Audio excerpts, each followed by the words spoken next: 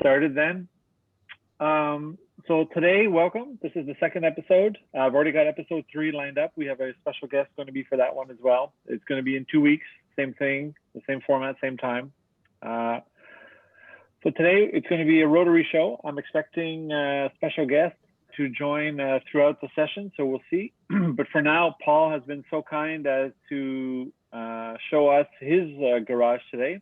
So Paul, thank you very much for this. Again, greatly appreciated. Now, what makes it fun for me anyways is that instead of a traditional piston show, we would have a rotary show. And Paul, you mentioned in the last episode that in fact you have the Formula Mazdas, which I had no idea, in fact, do run rotaries. So I'm going to make you a spotlight here so we can focus on you. I have a few questions for you. Sure, go ahead. So tell me a little bit about because I knew ancillary about the Formula Mazda. I didn't know it very much, but I had no idea that it had rotaries. So was this a rotary series right from the start? I'd always assumed it was like a Mazda Miata engine or like a 323 engine or something like that was in the Formula Mazda. Well, so it's interesting that you bring that up, Chris. And actually, I'll just grab a chair and I'll take a picture here.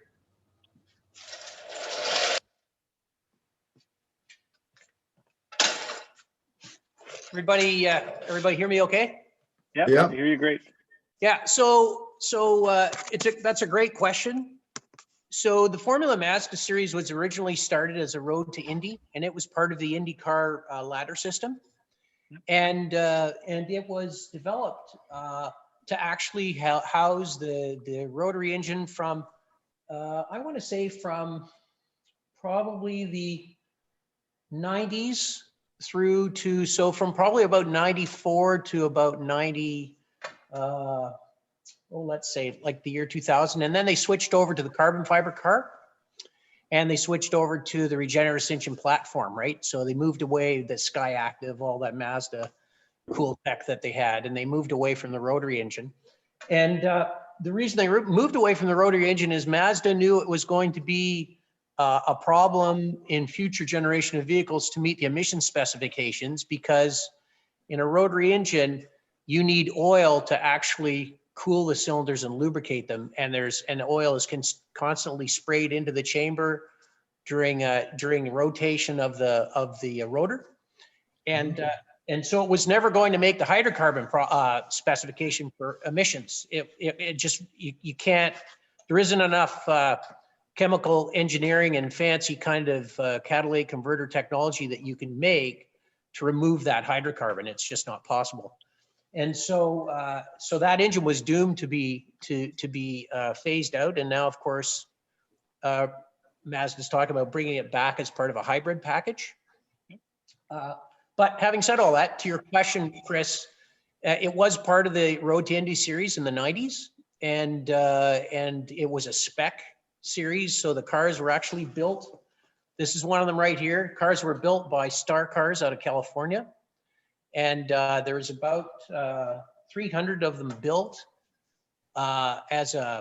mostly as a club racing car. And all spec chassis, really great bolt-on elements, easy to switch out, great as a school car. And the engines for the series were sealed, just like this one is, right? So this is stock. Nothing's been done to this engine. And these engines can develop, between 180 and 190 horse at the wheels. And it uses fundamentally a quick change, not a quick change, but a Halbrand transmission, a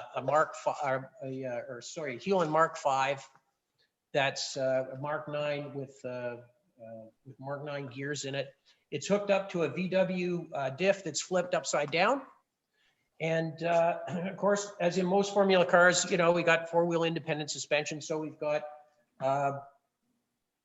lots of joints, CV joints on both ends of the axle, et cetera, et cetera. So we'll come around to this part of the car.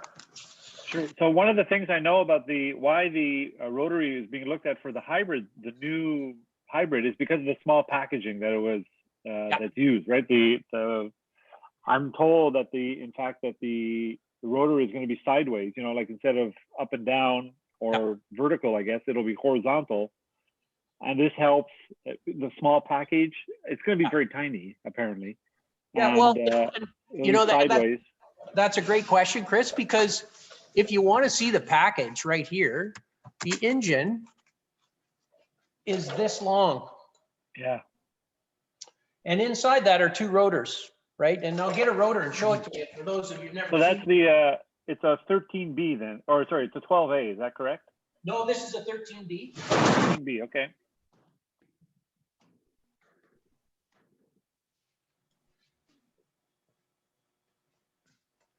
So inside the combustion chamber are two of these.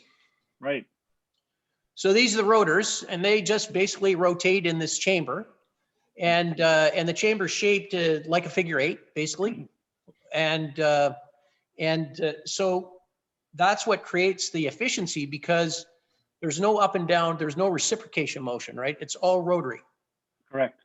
It's all rotary, and there's two spark plugs. You probably can't see them, but they're right here. One fires the lead and one fires the trail as the rotor goes around to get complete combustion. Sure. Show me the rotary again, if you would. Now the apex seals, right? Those are the slot that you have at the end, right? Yeah. So I'm told, you know, the legend goes that NSU, of course, is the original holder of the patents for it, and they had failed to develop an apex seal. That little bit is what actually bankrupted that company and caused their sale to Volkswagen.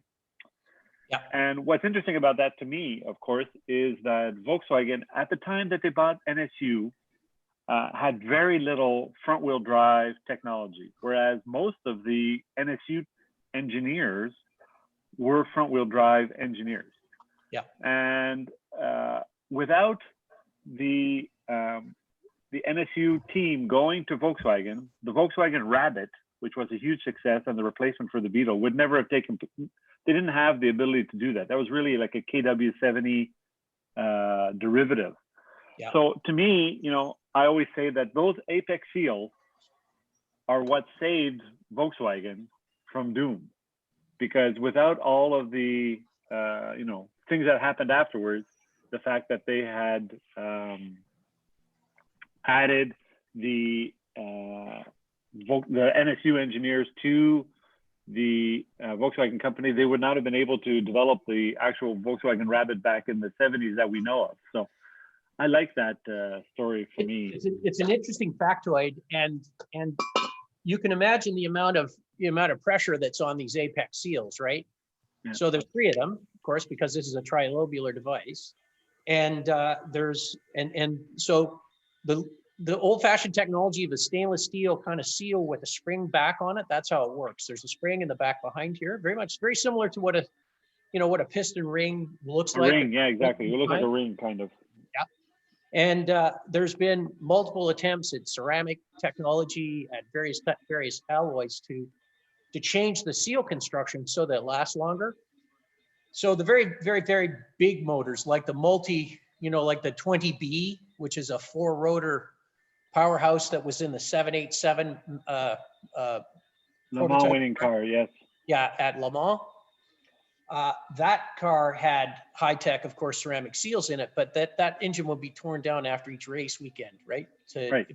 But in terms of serviceability, plain old-fashioned steel rings, alloy steel rings with spring backs still work, and that's what this engine has in it. I don't put the high-tech seals in the engines because they're extremely expensive. They're like $2,500 a set, and for the amount of racing we do and the amount of pressure we put on the engine, there's no need to have that kind of high technology. And of course, also in the side, because you're rebuilding it after every race, or no, because we don't stress the engine beyond its kind of normal efficiency numbers. You know, we rev the engine up to kind of 9K, but these engines can rev to 15,000, right? Yes. So what are you changing these seals, like once a season then, or? Well, we service the engine. What's great about this engine and this package is you put gas in it, you change the oil every 3 races, you drive it. There's no There's no big issues. And the other thing that we do is we remove the oiling system. So we basically run this just like a two-stroke. We pre-mix the gas at 20-1. We just use two-stroke oil in it, and it runs fine. We don't get any excess wear in the chambers. Okay. And we just operate it, right?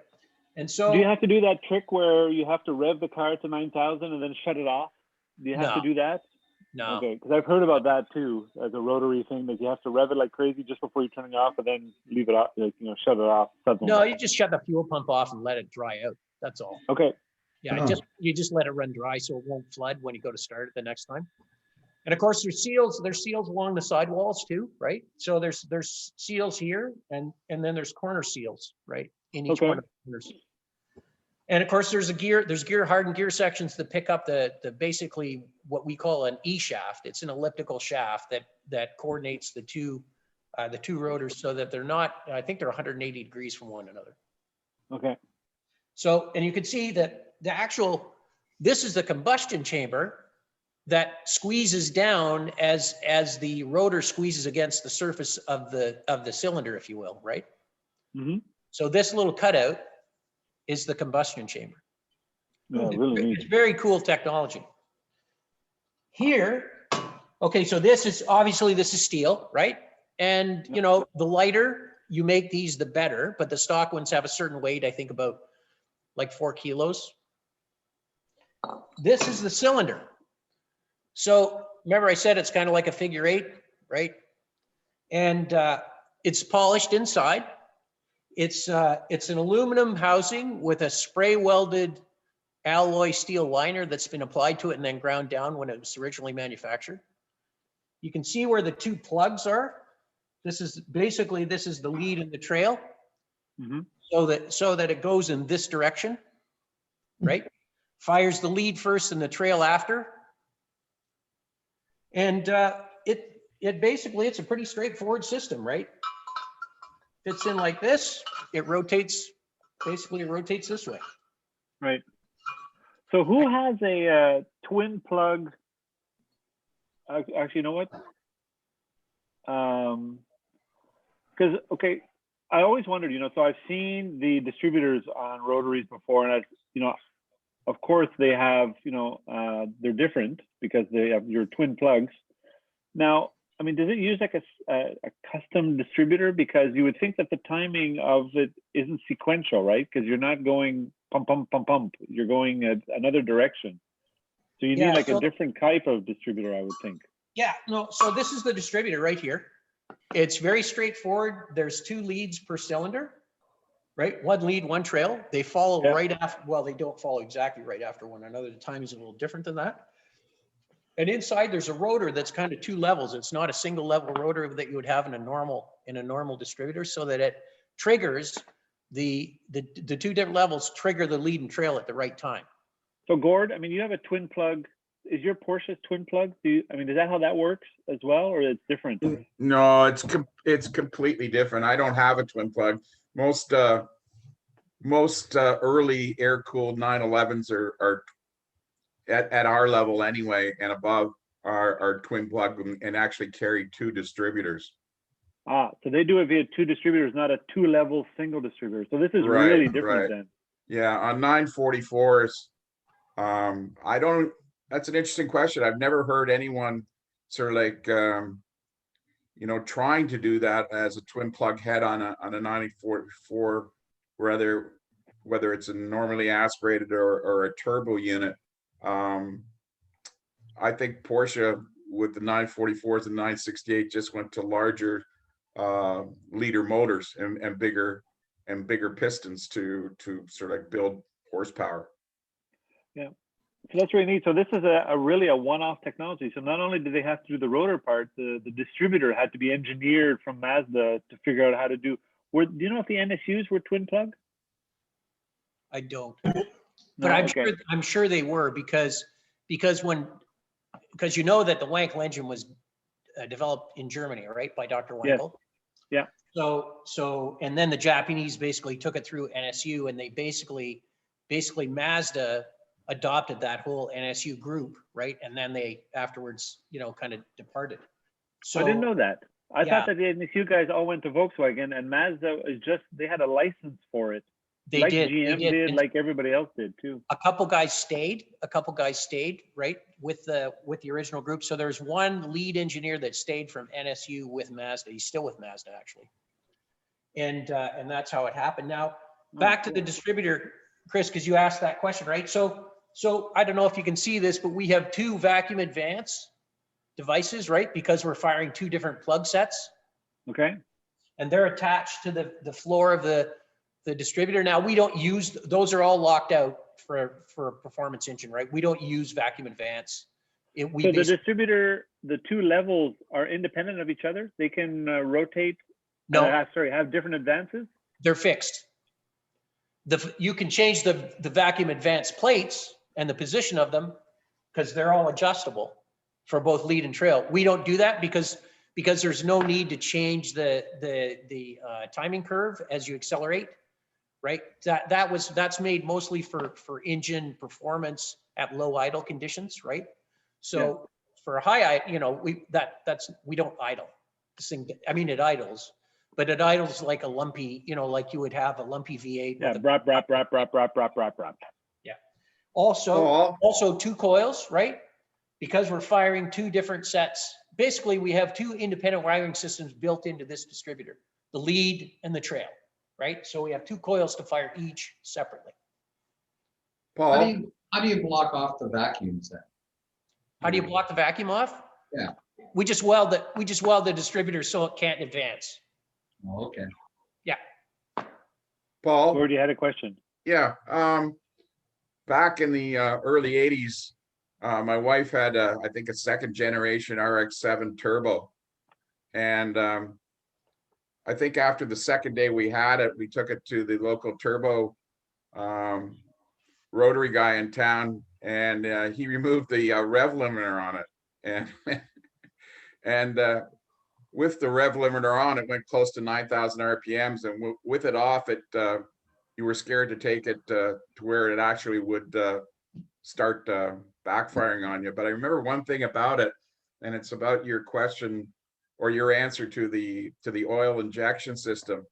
I can remember one thing on that car. It was fill up the oil and check the gas, because it would run through like a liter of oil like every week almost. And with your comment on sort of like gas and oil, do you pre-mix? You add the oil to the gas? Yeah. Well, or do you have a separate reservoir like on a two-stroke bike that you would fill a reservoir with two-stroke oil and it would automatically?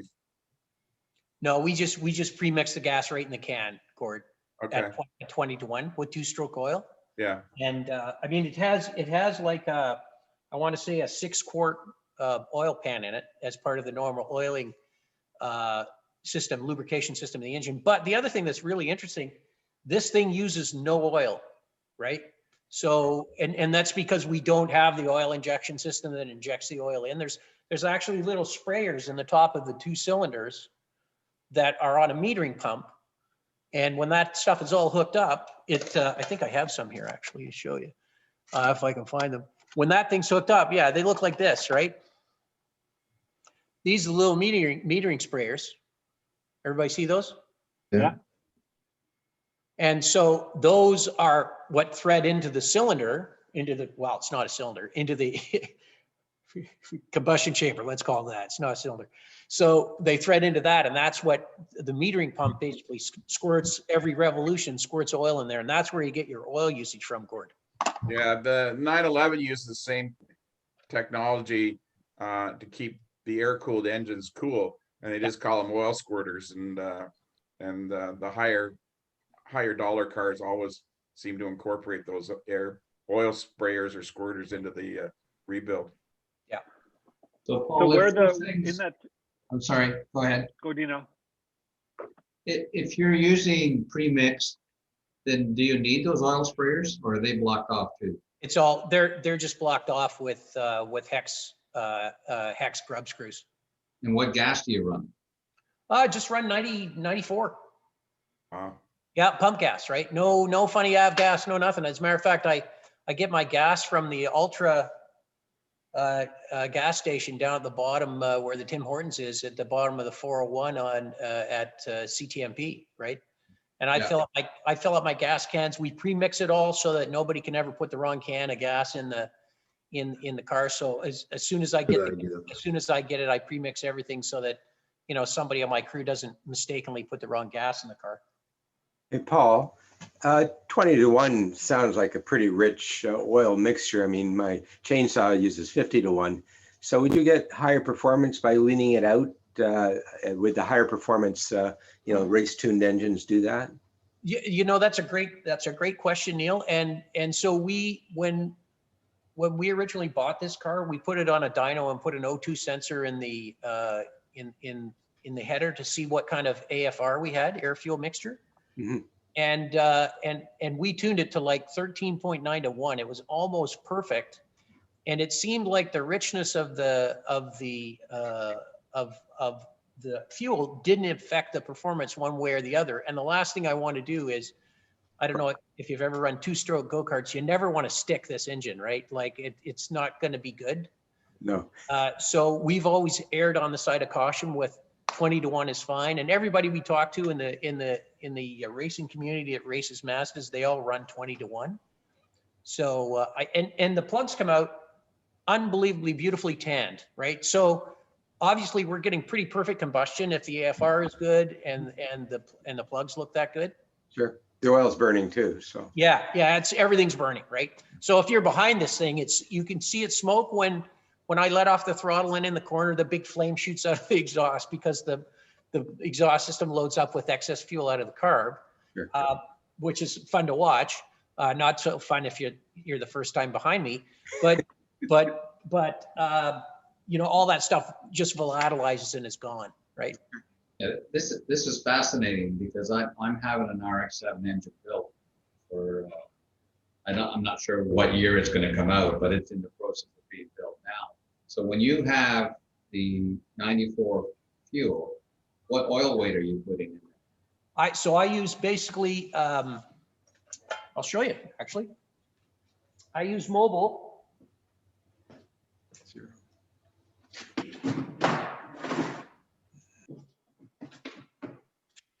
I use Mobil 1 15W 50. Yeah. And we use that because one of the things that happens is this engine runs, the oil is a big cooling element in this engine, right? We have there's a big oil cooler here at the back of the engine, right?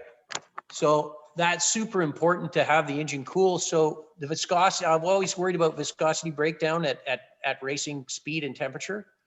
We run this engine about 200, and I want to say 5 is a really good number.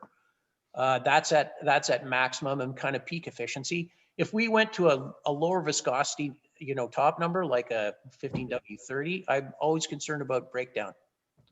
So that's why we run such a high top number. So you use it in the cooler and in the mix? In the mix, I just use 2-stroke oil. Oh, okay. Straight 2-stroke oil, the cheap stuff from Canadian Tire that you'd buy for your chainsaw. It's funny, the race car doesn't care. We tried buying expensive red line 2-stroke oil. Didn't make one bit of difference. The plugs read the same. The wear we had in the chambers were the same. So, you know, I don't need to spend big money on that oil if it's not. That's interesting. Especially if we burn it up, right? We're burning it, right? So all we're using the oil for is top end lubrication, right? That's what you would consider top end lubrication in a normal combustion engine. Paul, did you ever use that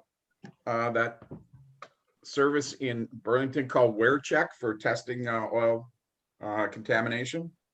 I have not. That's an interesting thing, Gord. I haven't. But one of the things I do is after we change this. Here's the oil filter right here. Super easy to change the oil filter. We don't dump the oil after each race weekend. We just look at it, right? And we start to get the products of combustion in the oil. You can see a little bit of it. So after we get that, you know, it starts to get dark after about the 3rd race weekend. Then we drop it. We change the oil, and I cut apart the filters, and I go through them with a magnet to see what's in them. And invariably, there's nothing in them. It's amazing. For you guys that are tuned in here, a little heads up on what I've done every year with my Sorry, that's Jordan. If you could mute, I'll mute you. Okay, go ahead. Sorry, Gord. Hi.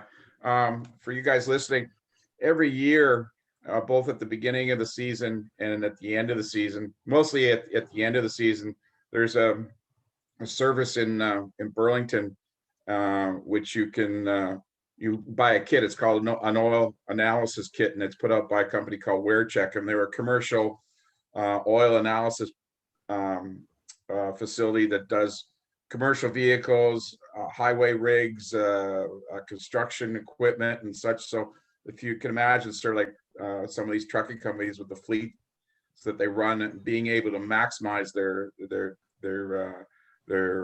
distance between oil changes and their time between oil changes can save hundreds of thousands of dollars over the years. So I found this company through a friend of mine, and it's called WearCheck. And what I did with my Porsche when I switched it over from regular Sunoco 94 to 100 104 race gas, I kept the same oil in the car, and I did the oil analysis over 2 seasons, one with the 94 in it and one with the 100 or 104 in it. And the oil analysis came back that the degradation in the oil with using the higher octane gas dropped from a 15W50 down to a 15W40. And with the pump gas, there was no drop in the viscosity of the oil from a 50 down to a 40. So I just find it's cheap, and it's an easy kind of a kit to buy. It comes in a 6-pack of little sort of like specimen jars, and there's a little hand pump and with a plastic hose on it. And you basically just pull your dipstick out, stick the clear hose down the dipstick into the oil pan, and just pump it up until you got enough in the jar. You take it off, put the cap on it, and I just drop it by because I have an Oakville, but you can mail it in and they get back to you and email you back your results within I think 48 hours or so. So if anybody's really concerned about sort of what's happening to their motor, and it's more of a preventative thing because 944 engines can eat number 2 cylinder pretty quickly. So you can see if there's any sort of like bronze material coming off the bearings or whatever, and it could be a really heads up sort of like preventative measure. So if you've got a high-end motor or something that you're stressing out, it's a really good preventative tool to catching maybe a problem before it blows up on you. So what does the report look like, Gord? Because I mean, for people like me who don't know, if they told me the viscosity went down 0.4%, I wouldn't know what to do. Oh, okay. Well, I've got a report here, and I can hold up to the screen, but I don't think you'll be able to read it. But it talks about the wear of lead PPP levels. It goes through sort of like iron, chromium, magnesium, nickel, titanium, silver, aluminum, lead, copper, tin, vanadium, white metal, and babbitt. So it tells you if you found any of those things. Is that the idea? Yeah, that sounds pretty cool.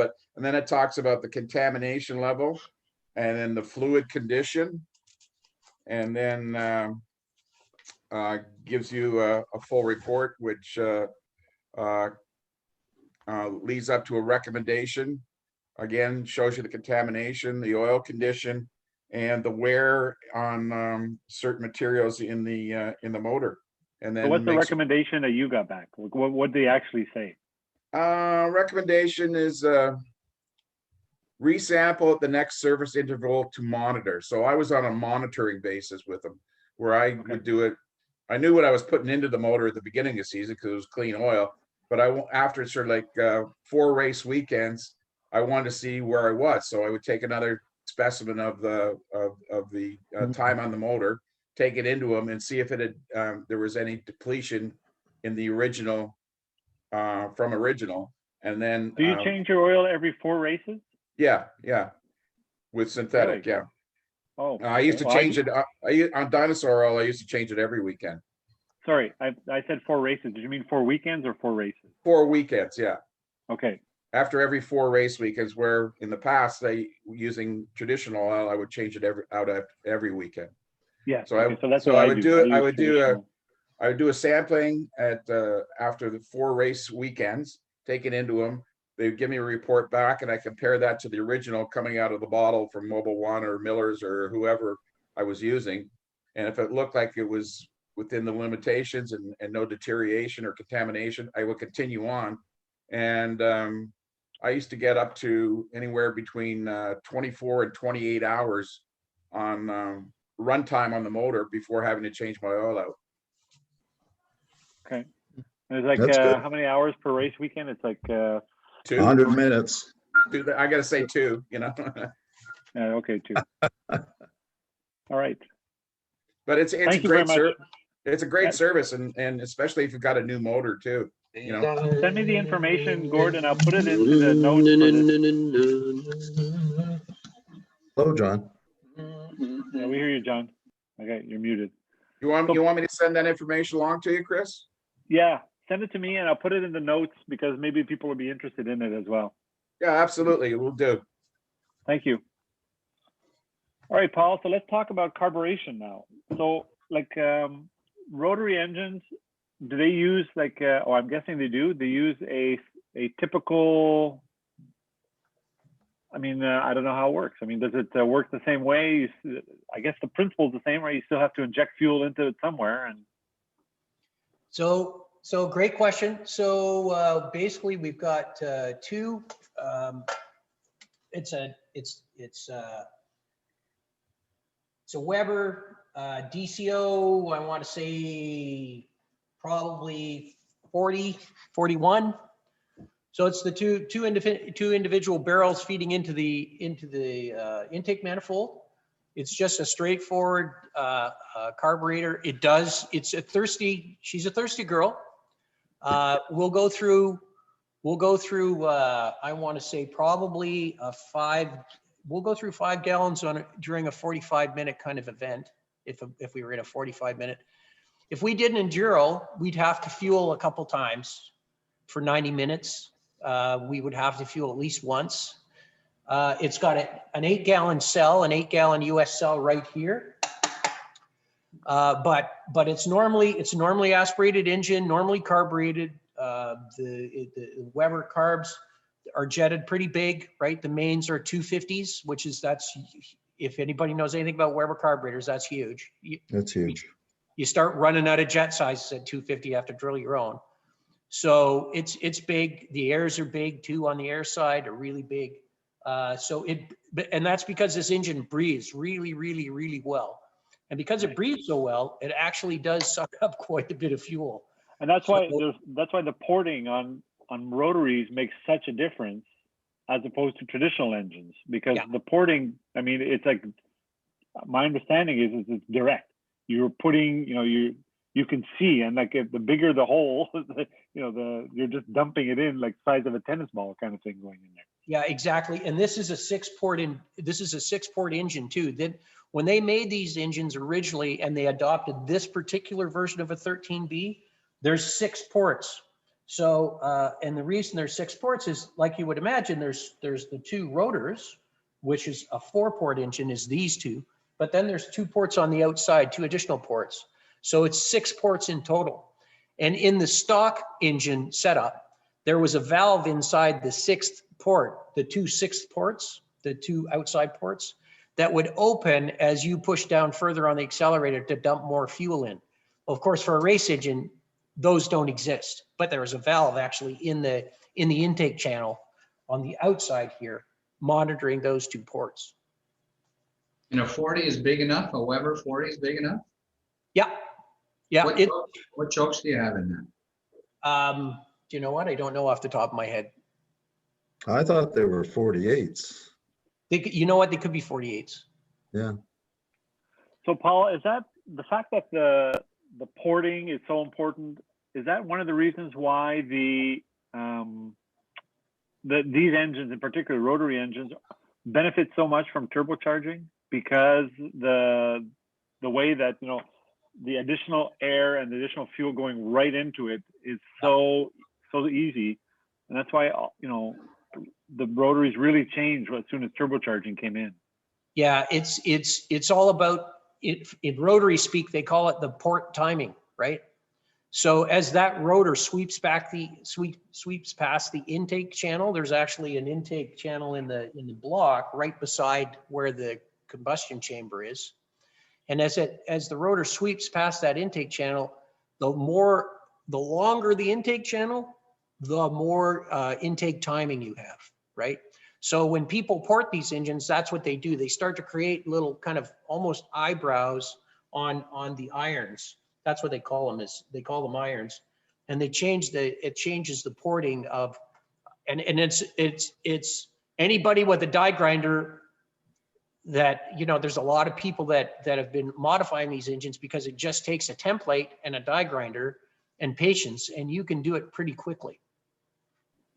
But you have to match them, right? You can't just go, you can't arbitrarily, start grinding away at a port base and expect it to be, enhance the performance. So there's quite a bit of science around the types of porting. There's street porting, there's mild street porting, then there's major street porting, and then there's what they call bridge ports.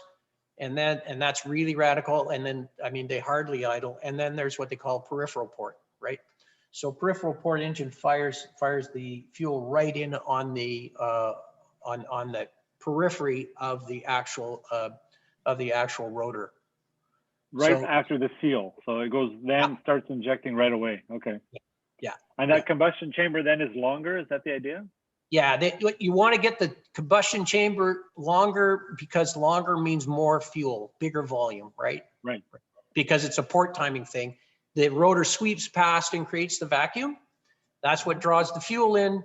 And then as it goes by, the longer you can have it drawing that vacuum and drawing fuel in, the more fuel you can pack into that very small space.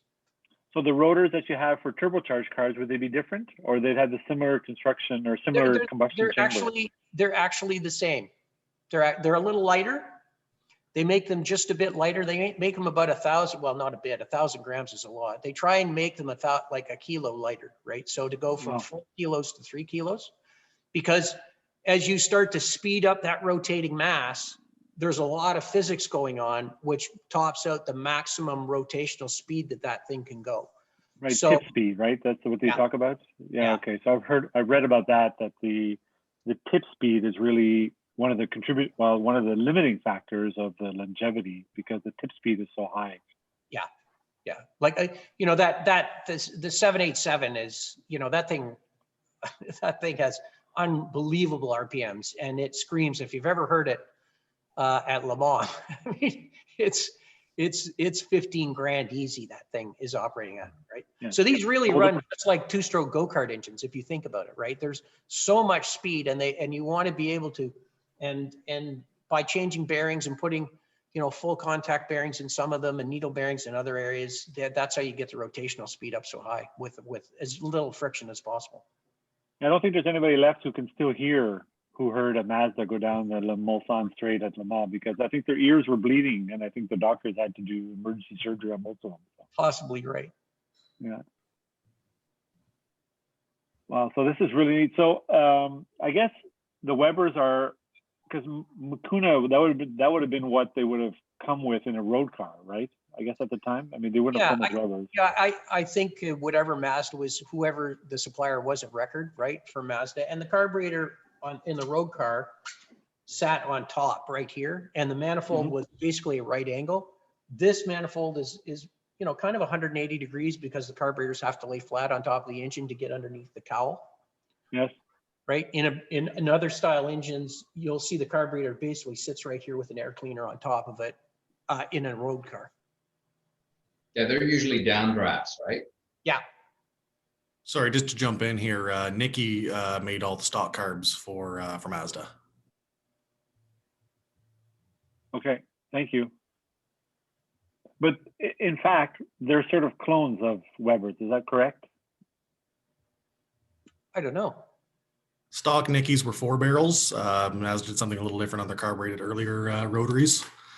But yeah, most guys will then go for performance, either to the Webers or some will go with the 4-barrel Hollies. Okay. Yeah, I've seen that conversion kit actually for some of the performance street cars. Does everybody get Weber jets from Pierce Manifold? Is that where everybody goes? Because that's where I go, and that's all I know. That's Where do right. you Is this Where's Pierce that from? Manifold in California, I think it is, or I don't know where, somewhere in the Yeah. US. That's where I get mine. See, I get all my stuff from a guy in BC. In Canada. Yep. Called, gosh, what's the name of his company? I forget. I can find out for you and send you the link. Yeah, that would be good because I'll share that as well. I mean, I always buy it because I have to travel to the United States often, and therefore, when I'm down there, I order a whole bunch of whatever's. Because unfortunately for me, it's guessing game, right? I don't know what I need. I just guess, and so I buy like a whole range and then figure it out. But We all know who to come to now, Chris. We all know you've got spares. all the Quebec Good guys thing. know because I have a whole box and they have every single one, and they're like, "What do you need? What do you need?" I'm like a pusher at the. Actually, you know what? Nick Pratt owes me some. I think he's borrowed some of mine. I don't think I'm glad I reminded you of that. Yeah, thanks.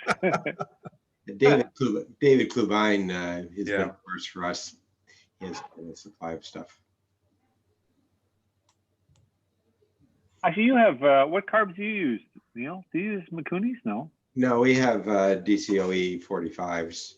Okay. I think they're choked down to 39 or something, and then pretty standard 240Z stuff. And then I have boxes of air corrections and mains and emulsion tubes, it's a black art. It really is. It is a black art because I come from the computer world where it's like, okay, well, you do this. This is how it's done, and it's like this doesn't exist in Carbland. It's you must feel your way through it. It really is a black art. There's 2 books published on one is how to choose your Weber carburetors, and then there's another book called How to Set It Up, and is the most arcane, ethereal reading I've ever heard. It's like Zen motorcycle maintenance, I believe. So the way we I mine to guys in London, RMP, and they put it on the dyno, and they're the ones that they do their black art magic on whoever there. Yeah, Exactly. that's exactly what we did with this car. We cut a bung in the header. We took it over to to our local DL Motorsports. He's got a lovely dyno. We put it up on the dyno, and basically he tuned the air fuel ratio so that we could get the best performance on the dyno curves by managing the jetting. And it took a whole day.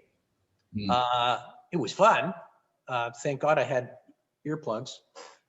This thing is, as those of you who've been around the track with me know, this thing is very loud, even with the alleged muffler that's on it. But it took a whole day. It was worth every bit of it, right? Because we got to see what happened when we changed things like the main jet, like the air fuel jet, all of those things. And it was a real education for me. Did you try changing fuel as well, Paul? Yeah. Any difference? We kind of topped out at the 94. We tried some ridiculously high octane stuff, and it just didn't burn well. I think the chamber design inside these engines doesn't like super high octane fuel. It's just not optimized for that. That's good for you. It is good for me because I love the fact, I'm horrified at the price of fuel at CTMP. 110 is a crazy number, and every racetrack I go to, it's just double my fuel cost, and that's what you have to pay for your fuel. It's kind of crazy. Yeah. So do you use because you run right around 9,000? Are you using reductions for things like the alternator and the fuel pump? Sorry, the water pump and stuff, or? So you don't need to rev it that high, right? Yeah, no, we have the standard pulleys on both of those. We have performance pulley on both, but we have cut it in half because we don't need to run that high. Correct. The alternator, it's a stock alternator. But the pulley size is normally half of what it normally be, so it doesn't run so, it's actually bigger, so it doesn't run so fast. Correct. So- Okay. And the same thing for a water pump, I guess, right? Because you're not Exact same thing with a water pump. Water pump's right there. You probably can't see it, but it's a nice compact little kind of water pump housing and support brackets for the alternator, and all the outputs come out of the front of the engine out of one casting. Okay. And in this series as well, the engine is a stress member, right? It is part of the chassis, or?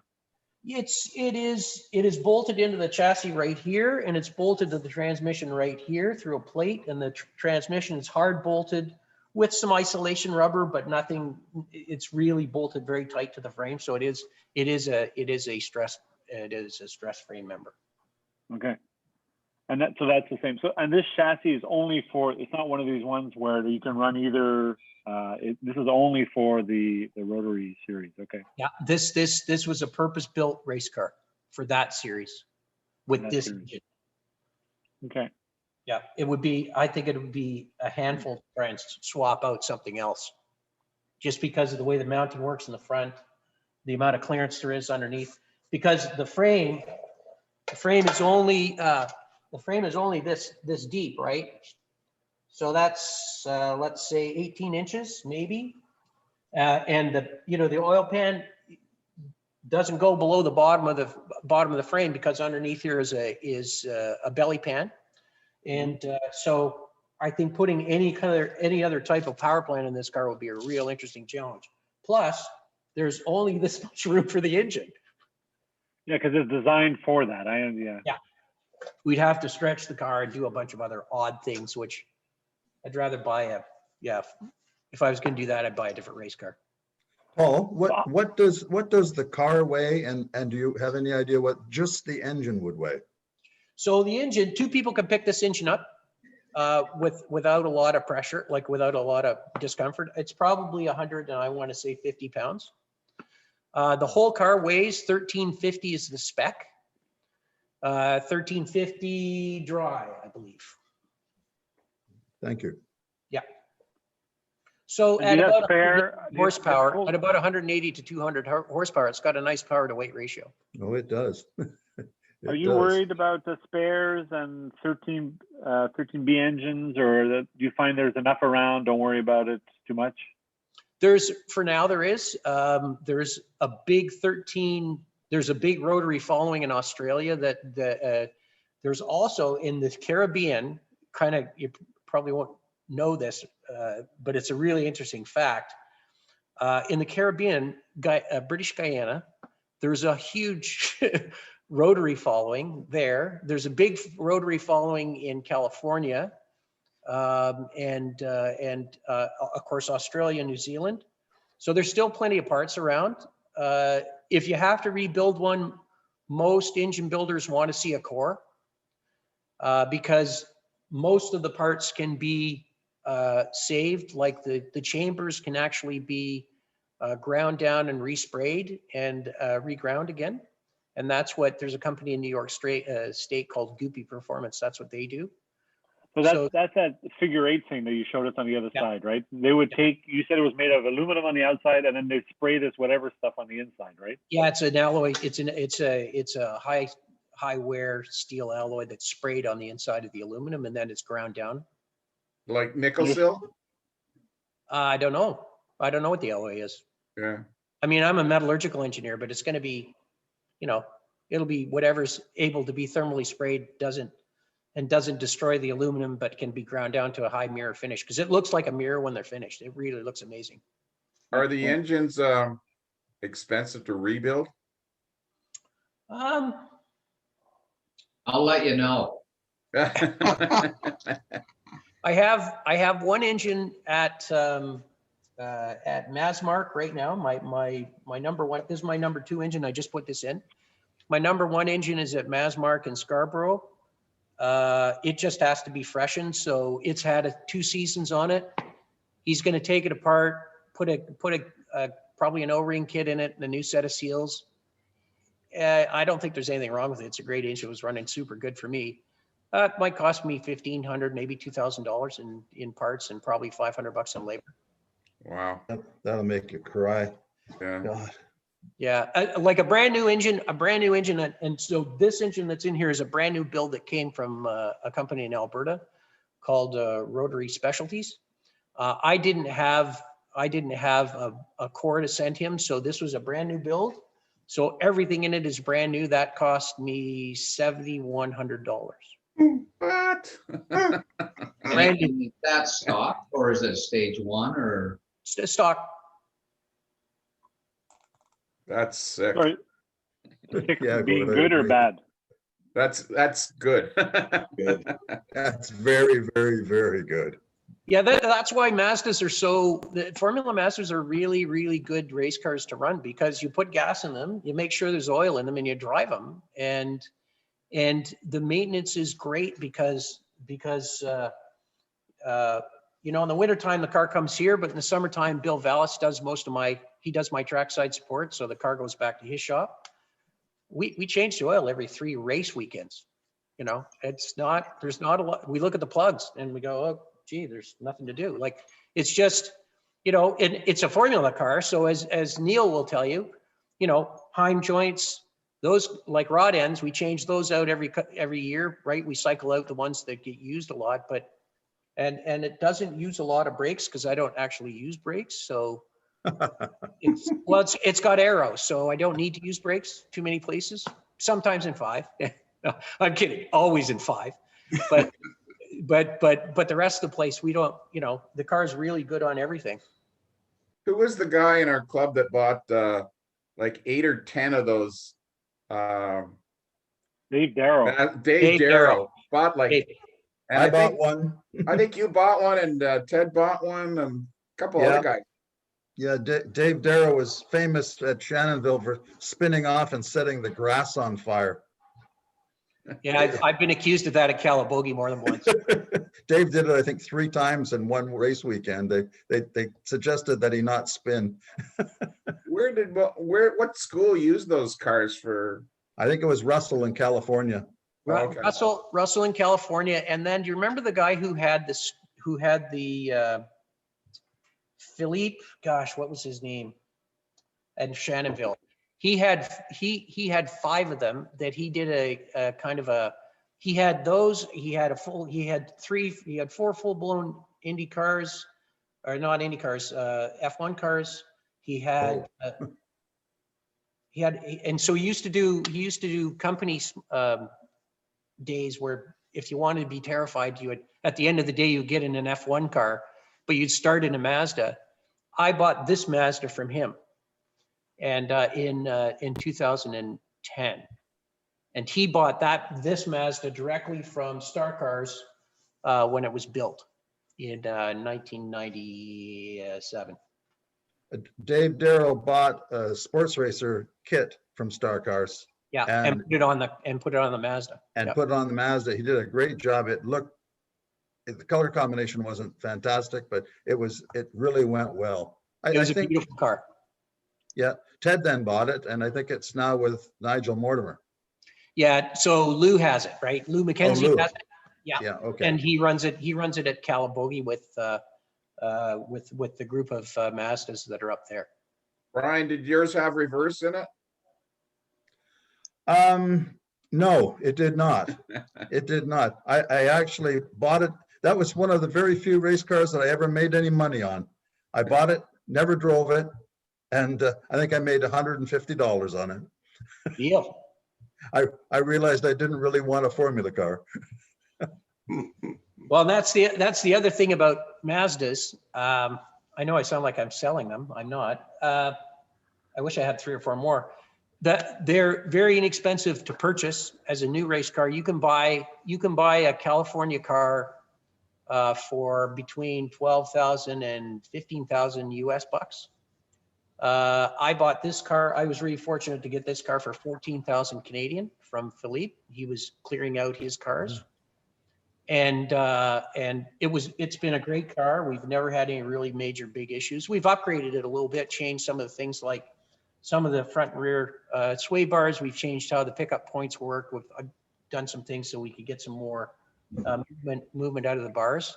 But other than that, it's a stock piece. It's super stoutly built. It's all square tube.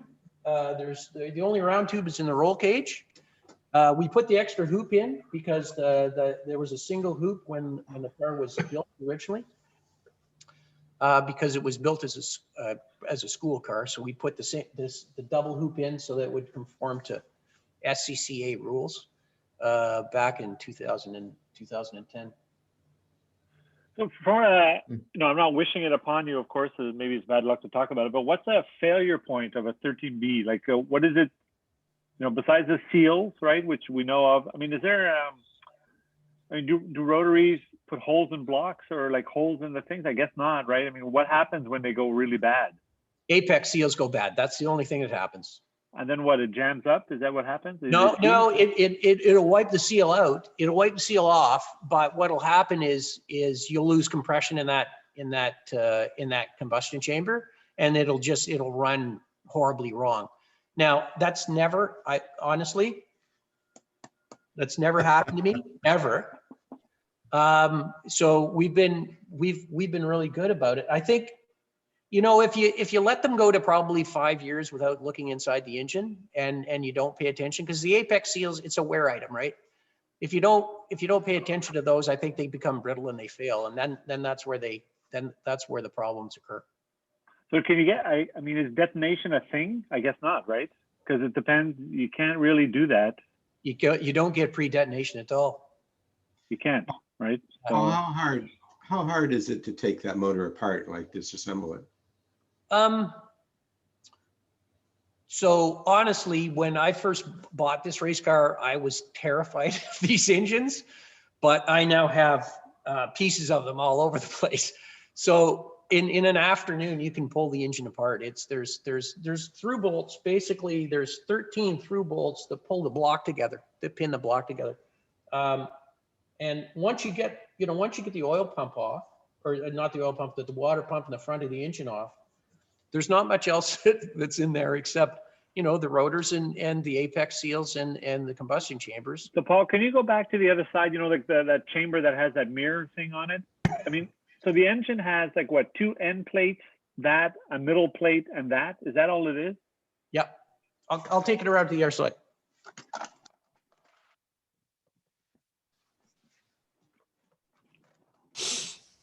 Hey, Paul, what's under the tarp? What tarp? The car cover beside you. Oh, you mean the special shock setup? Yeah, no, under the car cover beside you there. Oh, that's a BMW. Okay. I'll rotate the camera here in a moment and show you what we have here in the shop right now. Sure. So where are you talking about, Chris? So, you brought up a piece that you had on the floor, I think, where you showed us the mirror finish, finish that's on it. Okay, so that's this right here. Right, but you had one, you showed us one, right? So there's Yep. 2 of those. 2 of these, There's a thing in between, I guess, to block them off, right? This is a cast iron plate in the middle, right? Okay. And it's there's got like some kind of end plates on either end, I guess. and there's two end plates on either end. And that's it. And that's it. That's the engine, right? And I'll show you one.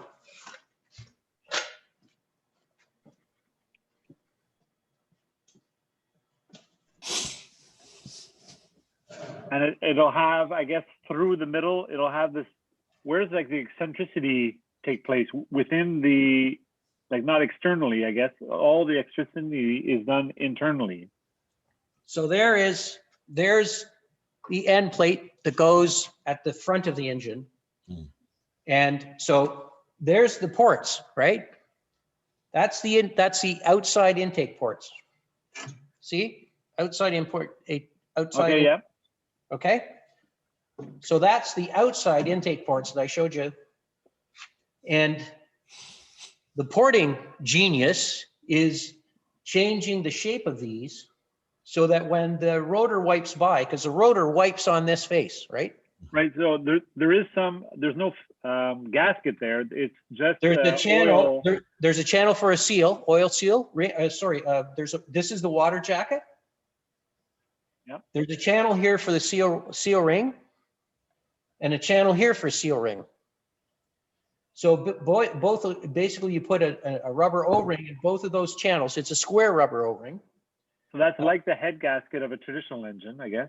Yeah, very similar, but no copper, right? Just O-rings. Okay. And then on this side, of course. So go back on the other side. The metal, nice smoothness. The rotor is right up against that, right? The rotor's right here. And so it's touching the side, and the only thing that's keeping it, those two pieces of metal from touching, is the lubrication. Is that correct? The seals. Seals. Well, the seals are on the end, are they not? Of that. They're also on both faces. Okay, so an apex seal is the end piece, but there's some kind of something between the sides. Is that the idea? Yes. Yeah. Is it made of the same thing? You build up. Yeah. When you build these engines up, the rotor itself doesn't touch this. But the clearance is very close. It's within thousandths of an inch, right? So the rotor itself gets spaced out, but within, I think it's probably like 5 thou. But what happens is the seals that are on the side of the rotor is what contacts this space. So of course you don't want them catching in here, right? Right. Okay. Because it's polished so nice, I thought maybe something is, but there's combustion happening in there, so it's burning off whatever. Well, there's combustion happening, and so the carbon that you would normally expect to build up in a normal engine gets scraped off or blown off, right? Exactly. Yeah. Okay. So go ahead and show us the other side. So this is the front of the engine. So this is where the water pump connects. The oil pump connects right in here. Mm-hmm. This is the front. So there's going to be obviously rotating elements come out here that pick up basically the drive the water pump and the alternator. Okay. And then I guess there's something similar, like a mirror of that for the back. On the back, yeah. Yeah. Okay. And then in the middle, the guy that holds the oil filler neck and it's polished on both sides. I don't think I have one here. No, that's okay. That's okay. I don't want to. That's really neat. It is very cool. Because it's completely different. That's what I like. I like it when there are, different solutions to the same problem. How do we get something to go?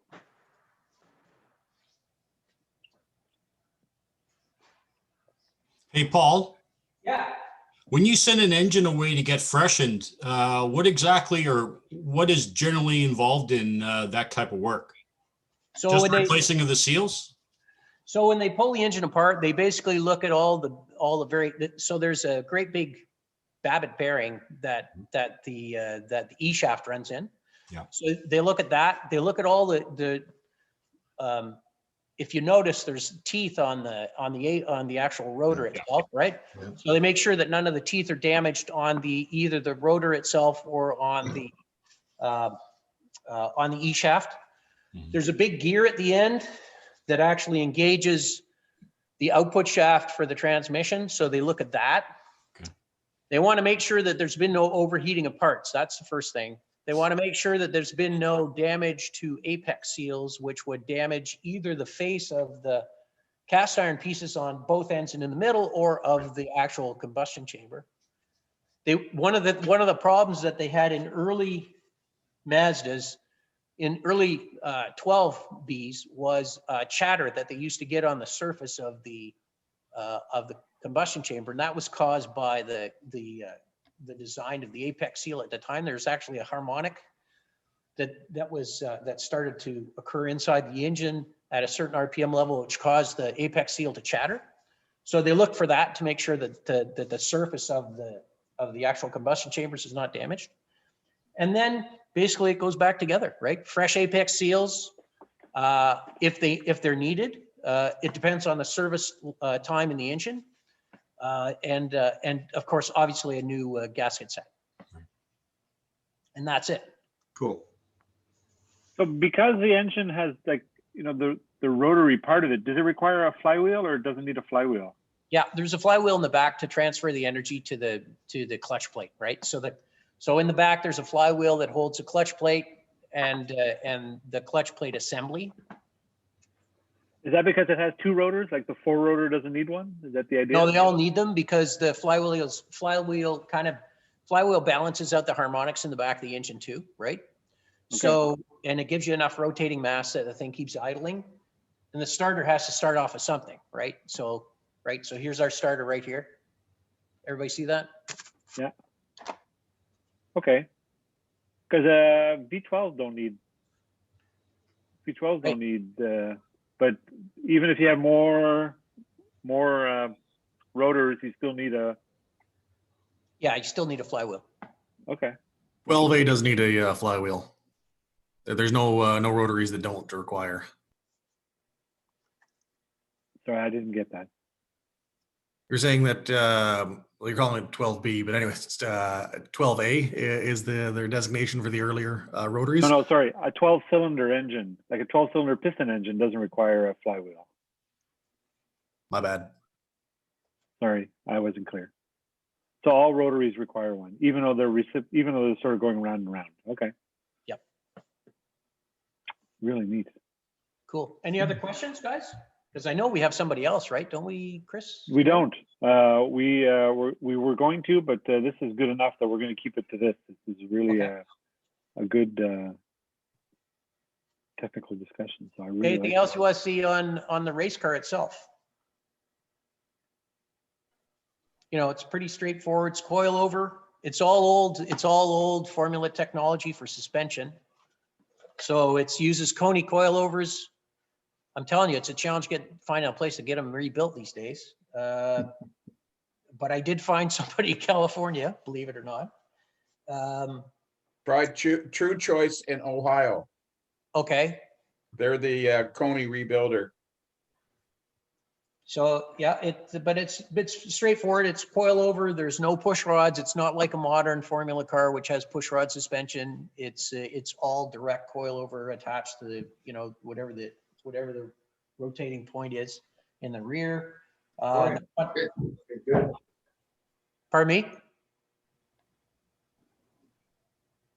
So yeah, other than that, pretty straightforward. Anything else you want to say? Dino, you're talking on mute. We don't hear what you're saying. If you're trying to talk, Dino. No, that's because somebody's in my office. Okay, there, no problem. Okay. No, I guess the last thing, Paul, would be to show, you know, we had a request to look at the BMW next door. We could take a look if we can. Sure. Hey, Paul, I have a question for you. Yeah, sure. Go ahead. So when you run a Motorsport, basically you're in a class of your own. You're running like seconds and minutes ahead of the next guy behind you. So your best lap time, how close do you come to that when you're running all by yourself? You know, I mean, I know I always do better when I'm chasing somebody. Well, I have data in this car, so I get to cheat a little bit. So because I have data, I get to see what my best and last and all those times are. So and as an instructor, I always try and do the same. Like as a coach, I always try and do the same thing. I want to be within a 10th every lap, in a 10 lap or 12 lap or 13 lap segment. Mm-hmm, okay. Depending on and depending on traffic, sometimes I can do that. If I'm by myself, I really aim for that. And so during a race, of course, I, like you, Neil, I like to chase the rabbit. So I wouldn't like to chase the rabbit. I just do better when I'm chasing a rabbit. Yeah, no, and you know, sometimes I do and sometimes I don't. I mean, our best lap time in this car is a 21. So pretty quick. It's really fast. Yeah, it's really fast.